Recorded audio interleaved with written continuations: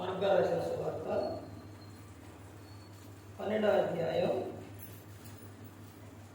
Mark రాసిన సువార్త 12వ అధ్యాయం 24వ వచనం. అందుకు యేసు, మీరు లేఖనములను కానీ దేవుని శక్తిని కానీ ఎరుగకపోవటం వలననే పొరబడుచున్నారు. ప్రార్థన చేస్తారు. పరలోకమందున్న మా తండ్రి, పరిశుద్ధ ప్రేమ గల తండ్రి, గొప్ప తండ్రి, యెహోవా తండ్రి, గ్రీకు కుమారుడు యేసుక్రీస్తు ప్రభువు ద్వారా కృతజ్ఞతాస్తుతులు చెల్లిస్తున్నాము నాయన. ఆరాధన క్రమంలో మీరు నడిపించండి నాయన. వాక్యం బోధించగా వినివారు తండ్రి మంచి హృదయం తిని వాక్యానుసారంగా నడిచే భాగ్యం దయచేయండి నాయన. వాక్యం బోధించుండగా ఈ లోక సంబంధమైన జ్ఞానంతో కాకుండా నీ జ్ఞానంతో మాట్లాడే భాగ్యం దయచేస్తారని మా ప్రభువైన యేసుక్రీస్తు నామమున వేడుకుంటున్నాం తండ్రి. ఆమేన్. ప్రభువైన యేసుక్రీస్తు నామమున హృదయపూర్వక వందనాలండి. అందరూ బాగున్నారండి? దేవుని కుమారుడు యేసుక్రీస్తు ప్రభువు ఈ లోకానికి వచ్చిన తర్వాత పరలోక రాజ్యం సమీపిస్తుంది కనుక మారు మనసు పొందమని ప్రకటింప మొదలుపెట్టాడు. అంశం పాఠం పేరు రాసుకోండి.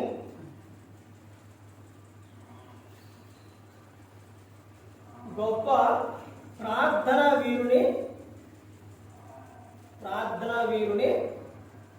ఏంటదండి? గొప్ప ప్రార్థనా వీరుని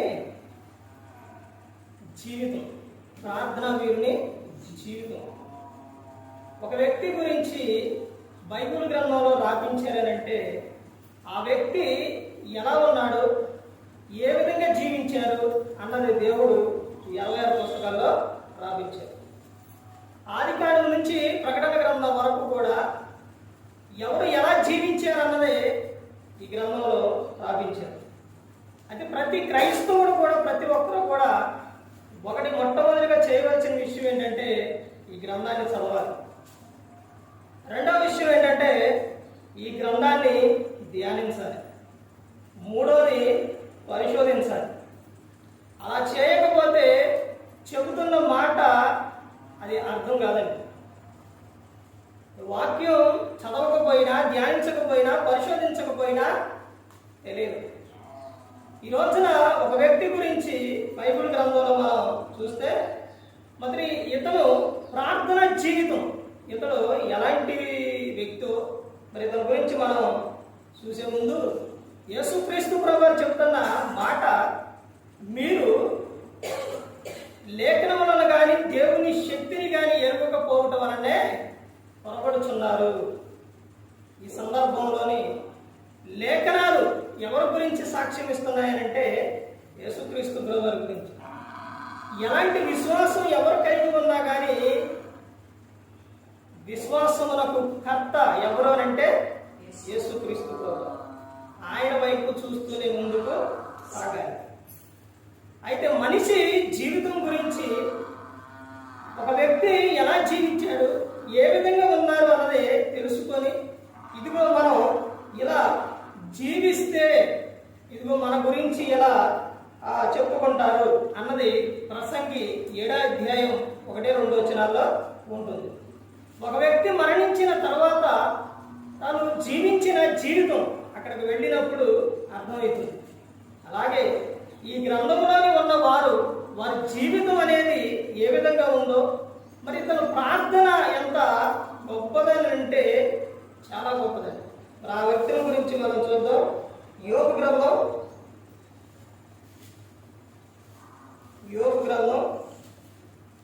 1వ అధ్యాయం 1వ వచనం నుంచి చూస్తే, ఊజు దేశమునందు యోబు అను ఒక మనుషుడును, అతడు యథార్థవర్తుడును న్యాయవంతుడనై దేవుని యందు భయభక్తులు కలిగి చెడుతనము విసర్జించినవాడు. ఎక్కడండి? ఊజు దేశం. మరి ఆ దేశంలో ఇతను ఒక్కడే భయభక్తులు కలిగి ఉన్నాడా అంటే అతను భయభక్తులు కలిగే ముందు అతడు విడిచిపెట్టవలసిన విషయాలు ఏంటో వాటిని విడిచిపెట్టేశాడు.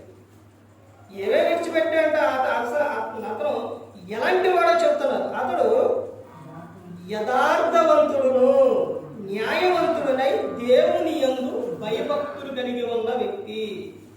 దేవుని పట్ల ఉండవలసిన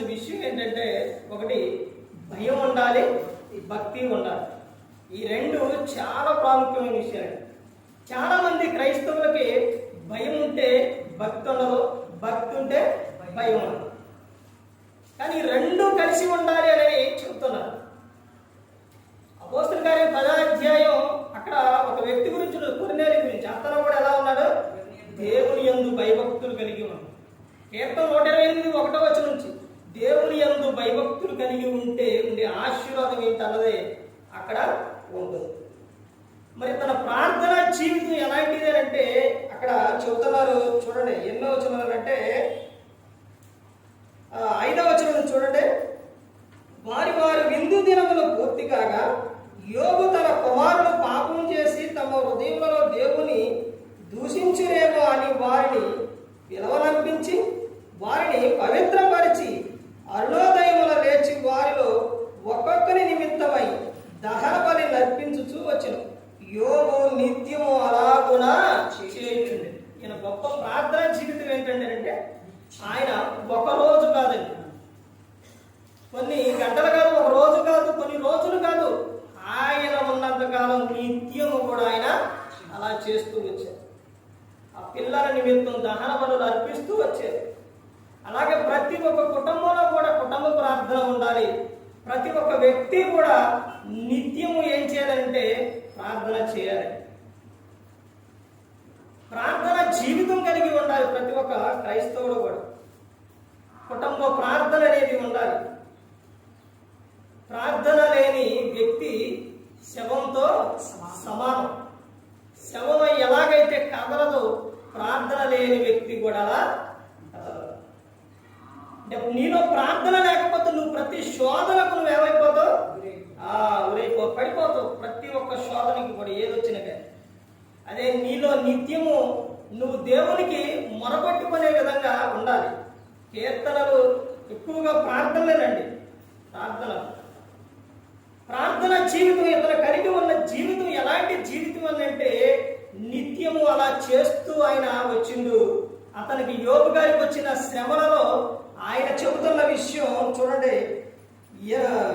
21వ వచనం చూడండి, 20 నుంచి చూడండి. అప్పుడు యోబు లేచి తన పై వస్త్రంలో చింపుకొని తల వెంట్రుకలు ఉరిగించుకొని నేల మీద సాష్టాంగపడి నమస్కారం చేసి ఇట్లనెను, నేను నా తల్లి గర్భంలో నుండి దిగంబరినే వచ్చిందని, దిగంబరినే అక్కడికి తిరిగి వెళ్ళేదను. యెహోవా ఇచ్చెను, యెహోవా తీసుకొని పోయాను, యెహోవా నామమునకు స్తుతి కలుగును గాక. అతను చెబుతున్న విషయం చూడండి. దేవునితో నిత్యము సహవాసం కలిగి ఉన్నాడు. అంటే దేవునితో నిత్యము కూడా అతను మాట్లాడుతూ ఉన్నాడు. ప్రార్థన అనగా దేవునితో మాట్లాడుకోవడం. వాక్యం అనగా దేవుడు మనతో మాట్లాడు. నువ్వు వాక్యం చదివేటప్పుడు మాట్లాడతారు, సేవకుల ద్వారా వాక్యం దేవుడు మాట్లాడు. ఇతడు నిత్యము కూడా ఏం కలిగి ఉన్నాడంటే ప్రార్థన, దేవునితో సహవాసం. అలా కలిగి ఉన్న యోబు గారు ఎన్ని శోధనలు వచ్చినా కానీ ఏమని చెప్పాడండి? యెహోవా ఇచ్చెను, యెహోవా తీసుకుని, యెహోవా నామమునకే మహిమ కలుగును గాక. తన భార్య వచ్చి ఇన్ని శ్రమలు, ఇన్ని బాధలు పడుతున్నావు కదా, దేవుని దూషించి చనిపో, మరణం కమ్మన్నప్పుడు దేవుడు మనకు ఇచ్చినప్పుడు ఆనందంగా సంతోషంగా అనుభవించు. ఇప్పుడు దేవుణ్ణి దూషించమంటావా? మూర్ఖురాలు మాట్లాడినట్టు మాట్లాడుతారు. యోబు గారికి సమస్తం పోయినా కానీ అతను జీవితంలో అతను ఎప్పుడు కూడా ఇదవలేదు. ప్రార్థన ప్రార్థన ప్రార్థన, దేవునితో సహవాసం. చివరకు ఆయన ఫ్రెండ్స్ కూడా వచ్చి ఎన్నో మాటలు ఎన్నో చెప్పినా కానీ దేనికి కూడా ఇదవలేదు. అతడు ఎంతగా ఆశీర్వదింపబడ్డాడంటే పోయినాటికి మరలా అంత వచ్చింది. అంత విధంగా యోబు గారు ఉన్నారు. ఆ పిల్లలు కూడా ఆ దేశంలోనే చాలా అందమైన స్త్రీలుగా ఉన్నారు. దేవుని పట్ల అతను కలిగి ఉన్న విధానం ఏంటంటే అతడు యథార్థవంతుడు, న్యాయవంతుడును, దేవుని యందు భయభక్తులు కలిగి చెడుతనము విసర్జించెను. చెడుతనం అదనేది మనిషిలో ఉండకూడదు. యోహాను గారు రాసిన సువార్తలో దేవుడు పాపుల మనవి ఆలకింపడు అని చెప్తున్నారు. పాపం చేస్తూ నువ్వు ప్రార్థన చేస్తే ఆలకించడు దేవుడు. అలాగే ప్రతి ఒక్కరూ కూడా పరిశుద్ధంగా జీవిస్తూ దేవుని యందు భయభక్తులు కలిగి ఉండాలి. అలా జీవిస్తూ ఉన్నప్పుడే లోకం విడిచినప్పుడు పరలోకానికి చేరుకుంది. కృపారావు గారు ఆయన మీటింగ్స్ పెట్టిన చర్చిలోనైనా ఎక్కడైనా కానీ ఆయన చెబుతున్న ఒక విషయం, నేను కప్పలబంధం వెళ్ళానండి. అక్కడ మీటింగ్ అయిన తర్వాత చర్చిలో పెట్టారు. అయిన తర్వాత చెప్పిన విషయం ఏంటంటే, నేను ఇలా పెట్టించడానికి కారణం ఏమిటి అంటే, మీలో ఒక్కరైనా కానీ మారాలి అని ఇలా పెట్టించారు. దేవుడైనా సేవకుడైనా ఎవరు ప్రతి ఒక్కరూ కూడా కోరుకునే విషయం ఏంటంటే, ఎవరు నశించి నరకానికి వెళ్ళిపోకూడదు.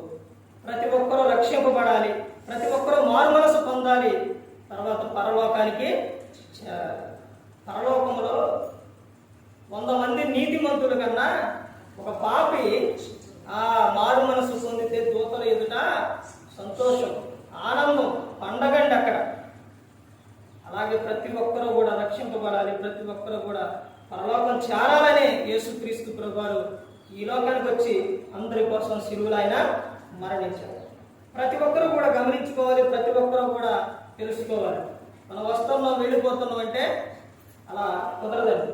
ఆయన మాటలు మన హృదయంలో ఉండాలి. యోహాను గారు రాసిన సువార్త 15:7 నా యందు మీరును మీ యందు నా మాటలు నిలిచి ఉన్న ఎడల మీకు ఏది ఇష్టమో అడుగుడి అని చెబుతున్నాను. ఆయన మాటలు మన హృదయంలో ఉండాలి. క్రీస్తు నా కోసం మరణించారనే ప్రతి ఒక్కరూ కూడా నిత్యం కూడా ధ్యానిస్తూ ఉండాలి. అలా ఉన్నప్పుడే ప్రతి ఒక్కరు కూడా దేవుని యందు భయభక్తులు కలిగి పరిశుద్ధాత్మ మాట ఇంటూ హృదయ శుద్ధిని కాపాడుకుంటూ క్రీస్తుని పోలే నడుచుకున్నప్పుడు ఈ లోకం విడిచినప్పుడు పరలోకానికి చేరుకోవాలి. మరి ఏ విధంగా నిలబెట్టి మాట్లాడించిన తండ్రి అనే దేవునికి కృతజ్ఞతాస్తుతులు చెల్లిస్తూ ఇంతవరకు శ్రద్ధగా ఉన్న మీకు ప్రభు పేరిట హృదయపూర్వక వందనాలు చెల్లిస్తూ ఈ మాటలు ముగిస్తున్నానండి. అయితే ఎందుకు ఇలాగా అని అంటే, నేను రెండో ఆరాధనకే వెళ్ళాలండి. అందుకని శ్రద్ధగా వెళ్ళాలి, మంచిదండి. అలాగే అమ్మగారు మధ్య ఉన్నారు, సేపు వారు మాటలు మాట్లాడతారండి.